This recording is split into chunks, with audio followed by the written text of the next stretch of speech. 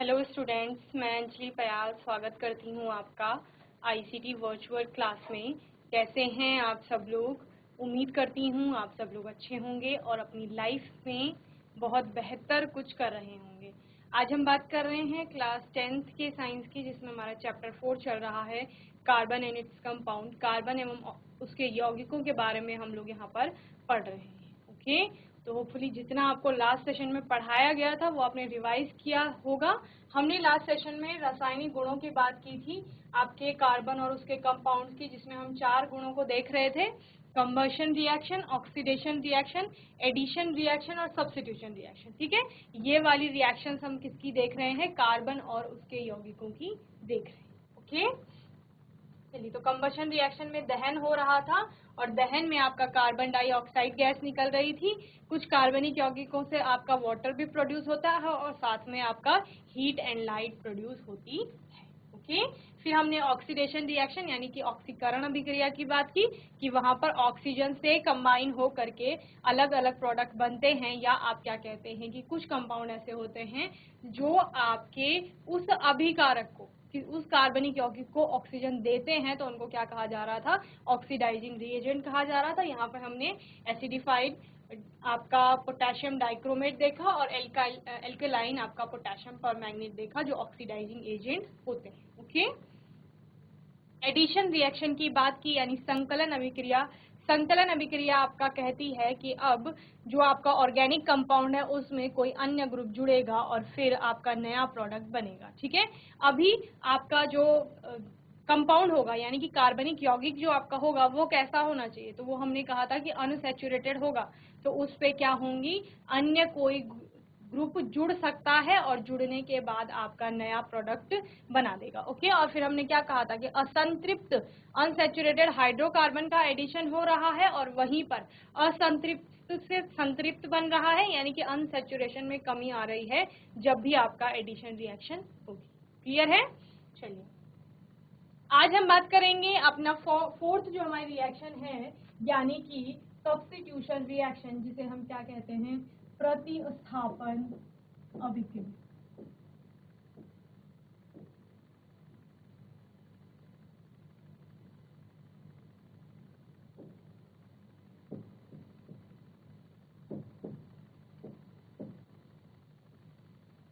ठीक है, the reaction which involve the replacement of an atom और group of atoms from a molecule by another atom without any change in structure in the remaining part of the molecule। क्या कहा जा रहा है? प्रतिस्थापन, जैसे कि आपके नाम से ही पता चल रहा है, कुछ तो स्थापित हो रहा होगा, एक जगह से दूसरी जगह पे प्रतिस्थापित हो रहा है, यानी कि रीअरेंजमेंट होगा एटम्स के मध्य।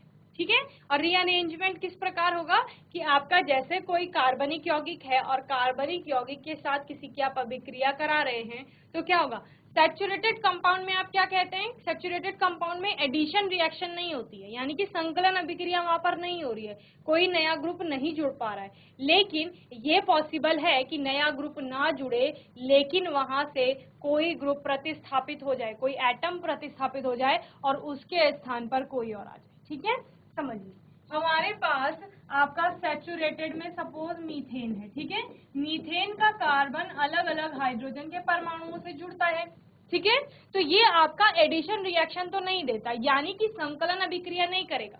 संकलन अभिक्रिया क्या कहता है कि जहां पर आपका दो एटम के मध्य एक से ज्यादा बॉन्ड बन रहे होंगे, वहां पर आप एक बॉन्ड तोड़ दीजिए और फिर अन्य एटम से या अन्य किसी एटम से उसको जोड़ लीजिए। इस प्रकार से हो रहा था, लेकिन यहाँ पर तो पहले ही सारे अलग अलग ग्रुप जुड़े हुए हैं। ठीक है, तो वो कह रहा है रिएक्शन किसी ऐसे से कराइए, रिएक्शन किसी ऐसे से करवाइए कि ये आपका हट जाए, इनमें से कोई भी एक एटम, ठीक है, कोई भी एक हाइड्रोजन वो हट जाए और उसकी जगह ये X जुड़ जाए, तो आपका क्या हो जाएगा? CH, ये 3 तो पहले से ही है, यहाँ 4 थे, तो हमने ये वाला H हटा दिया। यहाँ से आपका ये X2 किस में जाएगा? 1x 2x 2x, तो 1x इधर जुड़ जाएगा और 1x आपका यहाँ C के साथ जुड़ जाएगा। समझ रहे हो? यानी कि एक x यहाँ आ गया और दूसरा जो यहाँ से H आपका निकला उसके साथ भी x जुड़ गया। ओके, तो इस प्रकार आपकी क्या होगी? अभिक्रिया होगी। चलिए, क्या कहा हमने, मीथेन का मॉलिक्यूल था आपके पास, ठीक है, 4 H है इसके पास, एक कार्बन है 4 H, इसमें X2 जुड़ने जाता है, ठीक है। फिर क्या होता है, प्रतिस्थापन होता है। प्रतिस्थापन मतलब जो ये ग्रुप आ रहा है जिसके साथ अभिक्रिया हो रही है, ये क्या करेगा, यहाँ से एक एटम को हटा देगा, उसके स्थान पर स्वयं आ जाएगा। ओके, तो किस प्रकार से हम देखते हैं, यहाँ से आपका ये हट जाता है H, तो हमने क्या कहा, हमने कहा कि C है और उस पर 3 H जुड़े हुए हैं। अब ये वाली वैलेंसी खाली हो गई, यहाँ पर आपका क्या जाएगा जुड़ने, एक X जाएगा जुड़ने, ठीक है, एक X आपका यहाँ जुड़ेगा, एक X, ठीक है, 2 X है ये, और दूसरा X, एक X आपका इस H से जुड़ेगा, 1 X। क्लियर है, चलिए, तो यहाँ पर आपका क्या जुड़ गया, X जुड़ गया, और उसके बाद हमने क्या कहा, प्लस एक X से आप क्या जुड़ गया, H जुड़ गया, तो जो ये H यहाँ से निकला था इससे क्या जुड़ गया, एक और X जुड़ गया, तो H, ठीक है। इस प्रकार से आपकी प्रतिस्थापन अभिक्रिया होगी। प्रतिस्थापन अभिक्रिया सिंपली कहती है कि किसी भी मॉलिक्यूल में जब किसी अन्य के साथ अभिक्रिया होती है तो यहाँ के एटम इस एटम को प्रतिस्थापित, मॉलिक्यूल अणु के अंदर जो परमाणु है उसको प्रतिस्थापित कर देंगे और इस प्रकार कुछ और आपका प्रोडक्ट बन जाएगा। ओके, चलिए इसको नोट करिए जल्दी से।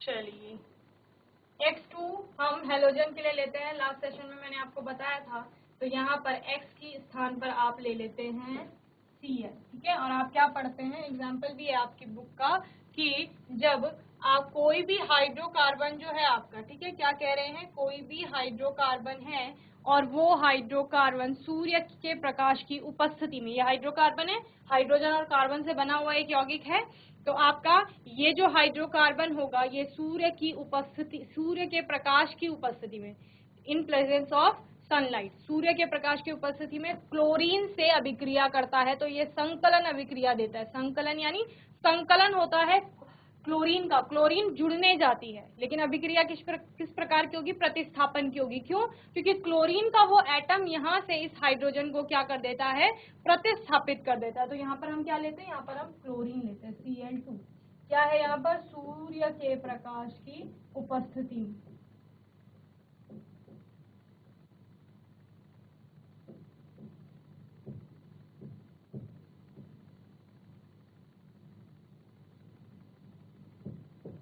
तो सूर्य के प्रकाश की उपस्थिति में यह अभिक्रिया हो रही है। अब क्या होगा, यहाँ से आपका एक क्लोरीन इस कार्बन से जुड़ेगा, जब ये हाइड्रोजन हट जाएगा तो एक क्लोरीन यहाँ जुड़ने जाएगी, एक, और दूसरी 2 क्लोरीन है, दूसरी क्लोरीन आपकी कहाँ, इस H से जुड़ने जाएगी। ओके, क्लियर है। तो हमने क्या कहा, एक क्लोरीन यहाँ जुड़ेगी और एक क्लोरीन यहाँ जुड़ेगी, ठीक है। तो क्या प्राप्त हो गया आपको, क्लोरोमीथेन या मिथाइल क्लोराइड आप जिसे कहते हैं, और साथ में हाइड्रोक्लोरिक एसिड या हाइड्रोजन क्लोराइड जिसे कहा जाता है वो आपको प्राप्त होती है। तो प्रतिस्थापन अभिक्रिया क्या कहती है, कोई भी आपके पास मॉलिक्यूल होगा, और मॉलिक्यूल किसका होगा, आपके ऑर्गेनिक कंपाउंड का होगा, यानी कि कार्बनिक यौगिक का मॉलिक्यूल होगा, ठीक है।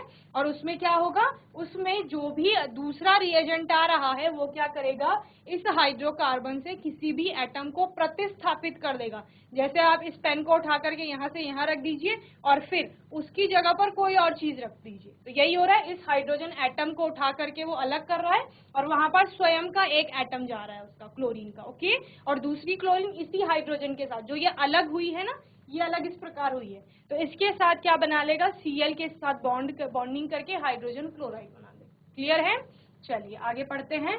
ये हो गया प्रतिस्थापन अभिक्रिया, और इसी के साथ आपके कार्बनिक यौगिकों की रासायनिक गुणधर्म जो हम पढ़ते हैं वो यहाँ पर समाप्त होते हैं। तो होपफुली चारों रिएक्शंस आपको अच्छे से समझ में आ गई होंगी।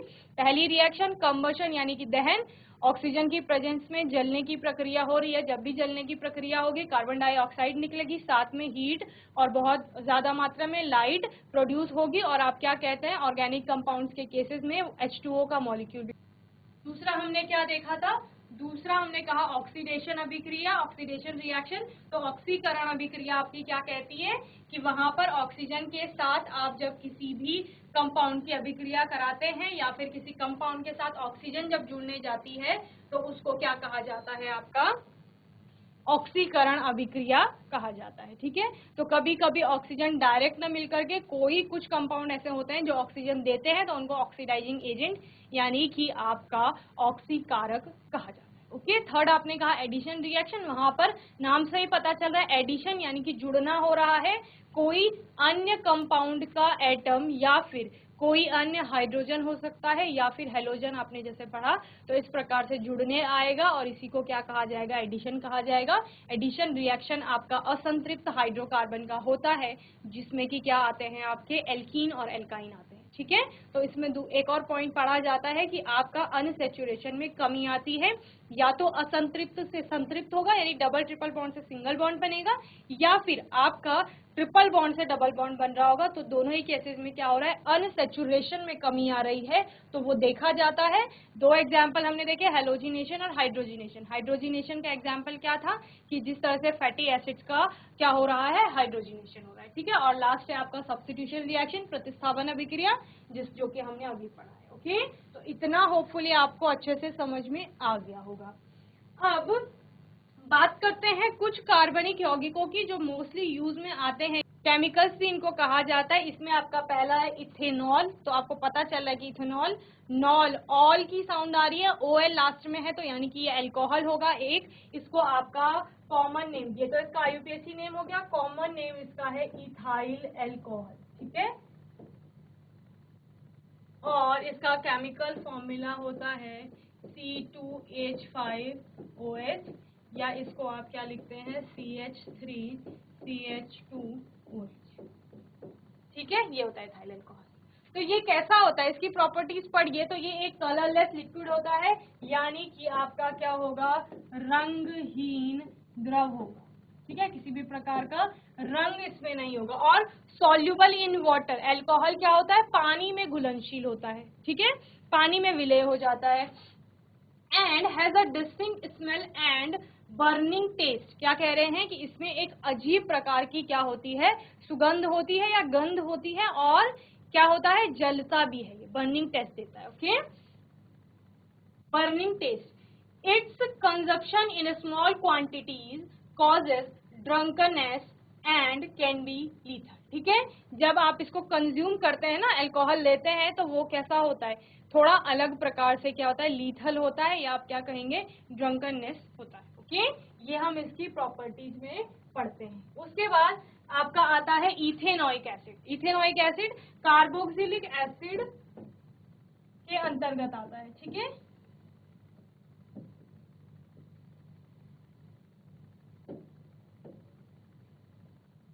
ये कार्बोक्सिलिक एसिड के अंतर्गत आता है। कॉमन नेम इसका एसिटिक एसिड होता है, या और भी सामान्य नाम है जिसे सिरका आप कहते हैं। ठीक है, अचार वगैरह में, वैसे फास्ट फूड जब बनता है, चाइनीज फूड आइटम्स, उनमें इनका यूज होता है। विनेगर जिसे आप कहते हैं। ठीक है, तो 5 to 8% solution of acetic acid in water is called vinegar. 5 से 8% जो सोल्यूशन बनाया जाता है एसिटिक एसिड का, किसमें, पानी के साथ, उसको क्या कहा जाता है, विनेगर कहा जाता है। And 100% pure acetic acid is called glacial acetic acid. Okay, तो जो 100% प्योर एसिटिक एसिड होता है उसको क्या कहा जाता है, आपका ग्लेशियल एसिटिक एसिड कहा जाता है।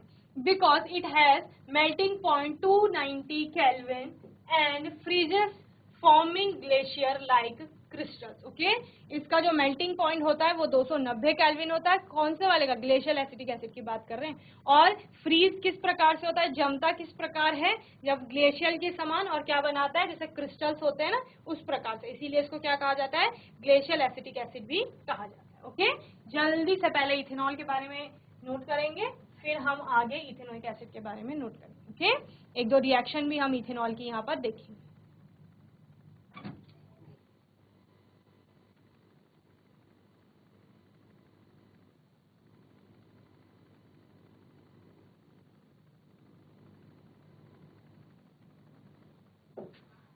चलिए रिएक्शन देखते हैं, यानी अभिक्रिया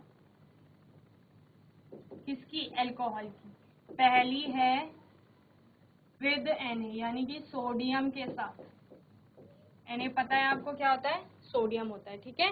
तो अल्कोहल की, कौन से अल्कोहल की, इथाइल अल्कोहल की। चलिए ले लीजिए, इथाइल अल्कोहल का मॉलिक्यूल क्या होता है, CH3 CH2 OH होता है, ठीक है। प्लस सोडियम के साथ रिएक्ट करेगा। तो इस प्रकार हमने क्या कहा बच्चों, कि जो आपका इथाइल अल्कोहल है उसके साथ सोडियम रिएक्ट करेगा। तो यहाँ पर दो मॉलिक्यूल लेते हैं आप इथाइल अल्कोहल के, और दो आप लेते हैं सोडियम के, ठीक है। दो दो मॉलिक्यूल लेंगे। उसके बाद यहाँ पर आपका बनता है 2CH3 CH2O Na और प्लस H2 आपका निकल जाती है, ठीक है। तो इस प्रकार से यह अभिक्रिया होती है इथाइल अल्कोहल की आपकी सोडियम के साथ। ओके, जल्दी से नोट करेंगे इस रिएक्शन को।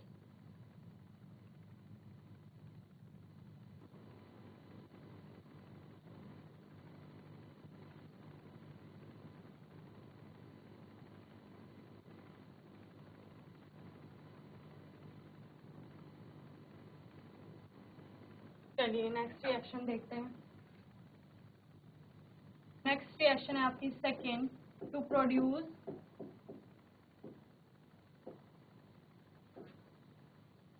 अनसैचुरेटेड हाइड्रोकार्बन, यानी कि असंतृप्त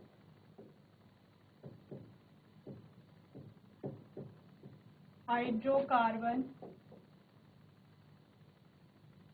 बनाने की अभिक्रिया। ठीक है बच्चों, तो असंतृप्त हाइड्रोकार्बन इससे कैसे बनेगा, तो यहाँ पर हम देखते हैं कि आपके पास होता है इथाइल अल्कोहल CH3 CH2OH, और इसको आप रिएक्ट कराते हैं वार्म विद कॉन्सेंट्रेट H2SO4, ठीक है। इसके साथ अभिक्रिया होगी। तो आपका क्या कह रहे हैं, टू प्रोड्यूस अनसैचुरेटेड हाइड्रोकार्बन, यानी कि डबल या ट्रिपल बॉन्ड वाला आपका क्या हाइड्रोकार्बन फॉर्म होगा। तो यहाँ इथाइल अल्कोहल से दो कार्बन है, तो दो कार्बन यहाँ आ जाते हैं। अनसैचुरेशन आएगा तो डबल बॉन्ड कह रहे हैं। यहाँ पर आपके कितने हैं, 6 हाइड्रोजन है, तो 6 में से 4 हाइड्रोजन यहाँ आ जाते हैं, ठीक है। अब क्या बचा, 6 में से 4 हाइड्रोजन आ गए, 2 हाइड्रोजन बच गए, और एक क्या बच गया, ऑक्सीजन, ठीक है। तो वो कहाँ जाता है, वो आ जाता है H2O के रूप में। तो इस प्रकार ये इथेनॉल की दूसरी अभिक्रिया है, जिसमें कि अनसैचुरेटेड हाइड्रोकार्बन आपका प्रोड्यूस हो रहा है, यानी कि बन रहा है, जो कि क्या है आपका इथीन इस केस में बन रहा है। ओके, जल्दी से नोट करिए इसे।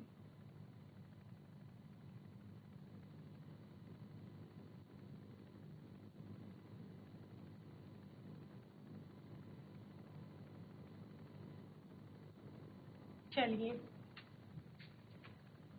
नेक्स्ट में आपका रिएक्शन आती है, रिएक्शन ऑफ इथेनॉइक एसिड में फर्स्ट आता है एस्टरिफिकेशन। एस्टरिफिकेशन या एस्टरीकरण इसे कहा जाता है। एस्टर की फॉर्मेशन यहाँ पर होती है, एस्टर बनते हैं। एस्टर कौन सा ग्रुप होता है आपका, एस्टर होता है COO, ये ग्रुप होता है, ठीक है। इसको फॉर्म कराना है। तो यहाँ पर आपका जो एसिटिक एसिड होता है वो अल्कोहल के साथ रिएक्ट करता है, ठीक है। CH3COOH, ठीक है। यही आपका acetic acid CH3COH plus CH3CH2OH इसके साथ अभिक्रिया करेगा, और इसके साथ अभिक्रिया करके क्या देता है, देखो यहाँ से CH3, और हमें क्या चाहिए, CO ग्रुप चाहिए, तो CH3CO ये पार्ट अलग हो जाएगा, ठीक है। और यहाँ से आपका आता है CH2CH3, इनको जोड़ लीजिए, ठीक है। इसको आप इसके साथ जोड़ लीजिए, क्लियर है। और ये H आपका OH के साथ जुड़ेगा। ऐसे ही तो करना होता है अभिक्रिया में, ज्यादा कुछ नहीं करना होता है, बस इनको आपस में ही अरेंज करके आपको प्रोडक्ट बना रहे हैं। ध्यान रखना है कि किस रिएजेंट के साथ अभिक्रिया करा के कौन सा प्रोडक्ट बन रहा है। यहाँ पे हम आपका एसिटिक एसिड ले रहे हैं, उसको अल्कोहल के साथ रिएक्ट करा रहे हैं, तो एस्टर फॉर्म हो रहा है, ये आपको ध्यान रखना है। हायर क्लासेस में आप क्या पढ़ते हैं, हायर क्लासेस में आप इसको केमिकल प्रॉपर्टीज के रूप में पढ़ते हैं, इसकी एसिटिक एसिड की, और फिर अल्कोहल के केस में अल्कोहल की आप क्या पढ़ेंगे, केमिकल प्रॉपर्टी के रूप में इस अभिक्रिया को पढ़ेंगे। वहीं पर एस्टर के केस में आप क्या पढ़ेंगे, इसकी एस्टर को बनाने की विधि के रूप में पढ़ेंगे कि एस्टर कैसे बनेगा, तो इन दोनों को मिला दीजिए, एस्टर बन जाएगा। तो हमने क्या कहा, यहाँ से क्या आएगा, यहाँ से आएगा CH3COO। तो इसको आप किस प्रकार लिख लेंगे,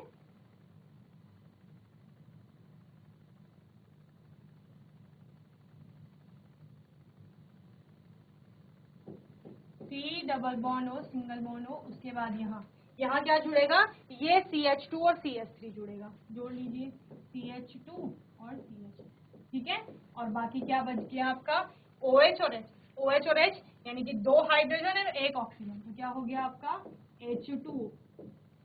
तो ये मॉलिक्यूल क्या है, ये है आपका एस्टर, ठीक है। तो एस्टर, एस्टरिफिकेशन इसको कहा जाता है, ओके, जल्दी से नोट करिए इसे।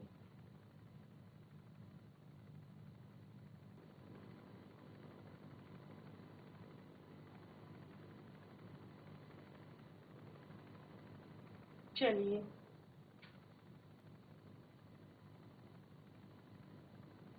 नेक्स्ट है आपका रिएक्शन विद बेस।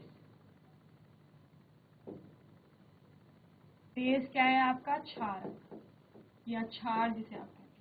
तो क्षार के साथ अभिक्रिया करानी है, किसकी अभिक्रिया देख रहे हैं हम, इथेनॉइक एसिड की देख रहे हैं। वही इथेनॉइक एसिड जिसको विनेगर में कह रहे हैं हम कि विनेगर है, जिसको हम ग्लेशियल एसिटिक एसिड कह रहे हैं, और सिरका जिसे हमने कहा, तो सिरका क्या होता है, यही होता है एसिटिक एसिड, ठीक है। आपके क्वेश्चन भी आता है कि एसिटिक एसिड का केमिकल फॉर्मूला बताइए, ये रासायनिक सूत्र CH3COH, या फिर उसका रासायनिक नाम बताइए, तो वो क्या होता है आपका रासायनिक नाम IUPAC के अकॉर्डिंग इथेनॉइक एसिड होता है, और कॉमन नेम के अकॉर्डिंग एसिटिक एसिड, ठीक है। तो यहाँ पर आपको किसकी रिएक्शन करानी है, CH3COOH की रिएक्शन करानी है किसी क्षार के साथ। तो आप बेसिक सिंपल क्षार ले लेते हैं आपका NaOH यानी सोडियम हाइड्रोक्साइड की। तो यहाँ पर क्या होता है, यहाँ पर CH3 जो इतना पार्ट है ये बनाता है आपका नेगेटिव, H बनाता है पॉजिटिव, ठीक है, Na बनाता है पॉजिटिव, OH बनाता है नेगेटिव। इस तरह से जब ये डिसोशिएट होते हैं ना सोल्यूशन में जाके, तो इस तरह से आयन फॉर्म होते हैं। तो हम हमेशा क्या होता है, जो निगेटिव पार्ट होगा वो पॉजिटिव पार्ट से जुड़ने जाएगा। ये निगेटिव है तो ये इस पॉजिटिव से जुड़ने जाएगा, ये निगेटिव है तो ये इस वाले पॉजिटिव से जुड़ने जाएगा। क्लियर है। सो CH3COO किससे जुड़ने जाएगा, Na से जाएगा जुड़ने, ओके। तो क्या बन जाएगा CH3COO Na, ठीक है। और प्लस फिर से आपका एक हाइड्रोजन और ऑक्सीजन के साथ जुड़ने जाएगा, तो HOH जुड़ करके क्या बना देंगे, H2O बना देंगे। क्लियर है। चलिए नोट करिए जल्दी से।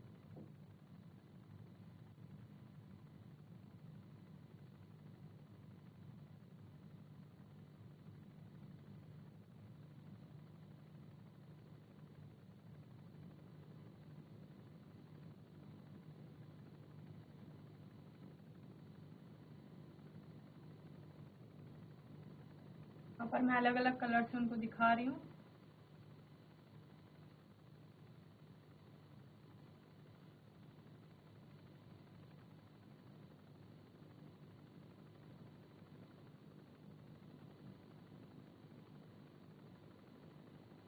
तो इसको आपका क्या कहा जाता है, ये एसीटेट वाला पार्ट हो गया, ये सोडियम हो गया, तो क्या कहा जाता है, सोडियम एसीटेट कहा जाता है।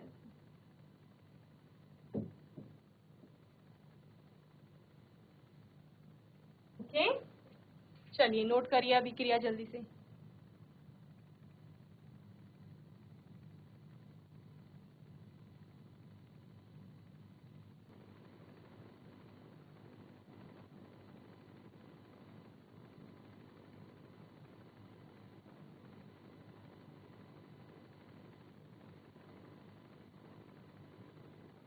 चलिए, तो होपफुली इतना आपको समझ आ गया होगा इथेनॉल और इथेनोइक एसिड के बारे में। अब बात करते हैं सपोनिफिकेशन यानी कि साबुनीकरण जिसे आप कहा जाता है। साबुन क्या होता है और किस तरह से एक्ट करता है वही हम यहाँ पर पढ़ते हैं। Ester in the presence of acid और base react to give back alcohol and carboxylic acid is called saponification. यानी कि एस्टर जो होता है, जो आपने अभी कहाँ बनाया था, एसिटिक एसिड और अल्कोहल को, इथाइल अल्कोहल को जोड़ करके आपने एक एस्टर बनाया था, तो उसी एस्टर को किसकी प्रेजेंस में, अम्ल या क्षार की प्रेजेंस में अभिक्रिया कराई जाती है अगर, तो आपका क्या बनता है, वापस अल्कोहल या कार्बोक्सिलिक एसिड बनेगा। इसी को आपका सपोनिफिकेशन कहा जाता है। ओके,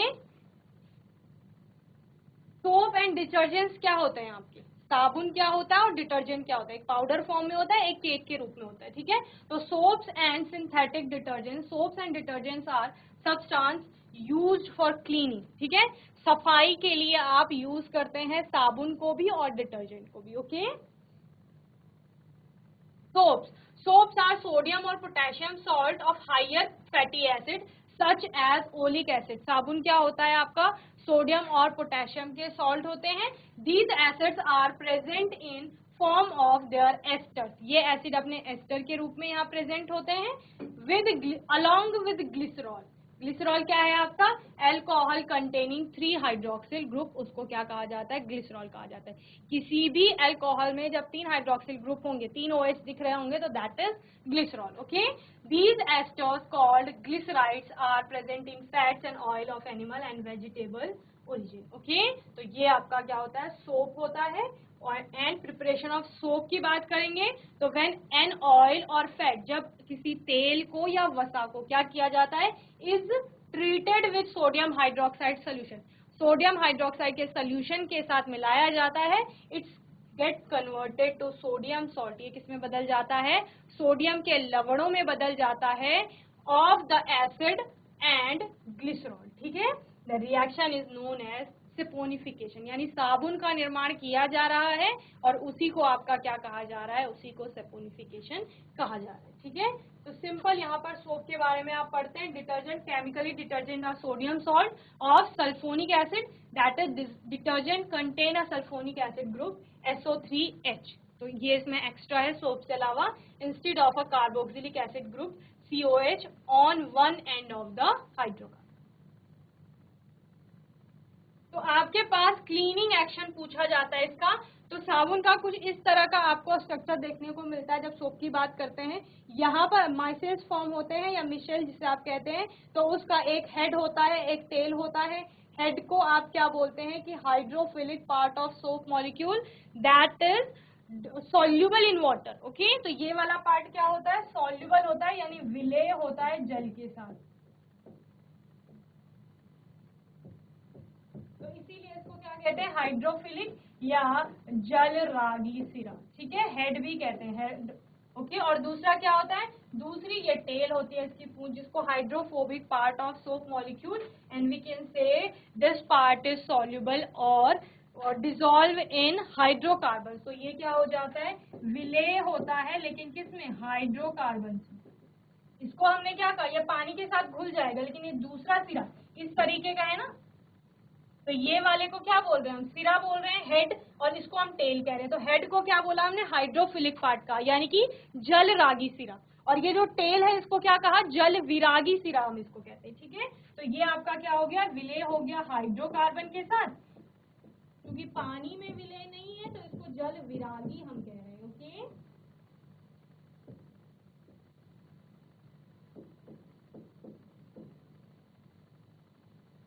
जल विरागी पुच्छ भी इसको कहा जाता है, यानी कि टेल। ओके, तो इस प्रकार से ये ऑयल का पार्टिकल आपको दिख रहा है, और वहां पर सोप, आप सोप के मॉलिक्यूल क्या करने जा रहे हैं, एक्ट करने जा रहे हैं या कार्य करने जा रहे हैं, अपनी फंक्शनिंग करते हैं।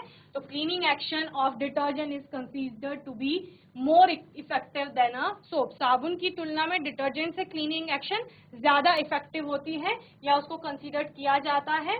और वही एक्शन में हम क्या पढ़ रहे हैं, द क्लीनिंग और cleansing action of soaps and detergent follow the same principle, दोनों की जो सफाई की प्रक्रिया है ना वो सेम ही होती है, और क्या एक ही प्रिंसिपल पर कार्य करते हैं। व्हेन सोप और detergent is dissolve in water, जब आप क्या करते हो, कपड़े को पहले गीला करते हैं ना, भिगाते हैं, क्यों? क्योंकि पानी जब आएगा तब उस पानी में आप सोप या डिटर्जेंट को डिसॉल्व करोगे, ठीक है, तभी क्या होगा, आपका फोम बनता है, झाग जिसे आप कहते हैं, ठीक है, और तभी क्लीनिंग की या क्लींजिंग की प्रोसेस आगे बढ़ती है। Okay, so the molecule gather together at cluster called myces। तो वहां पर जब मॉलिक्यूल एक साथ इकट्ठे हो जाते हैं तो वो क्लस्टर फॉर्म कर लेते हैं और इसी को क्या कहा जाता है, मिसेल्स कहा जाता है। Okay, the tail stick inward and the head outward in cleansing.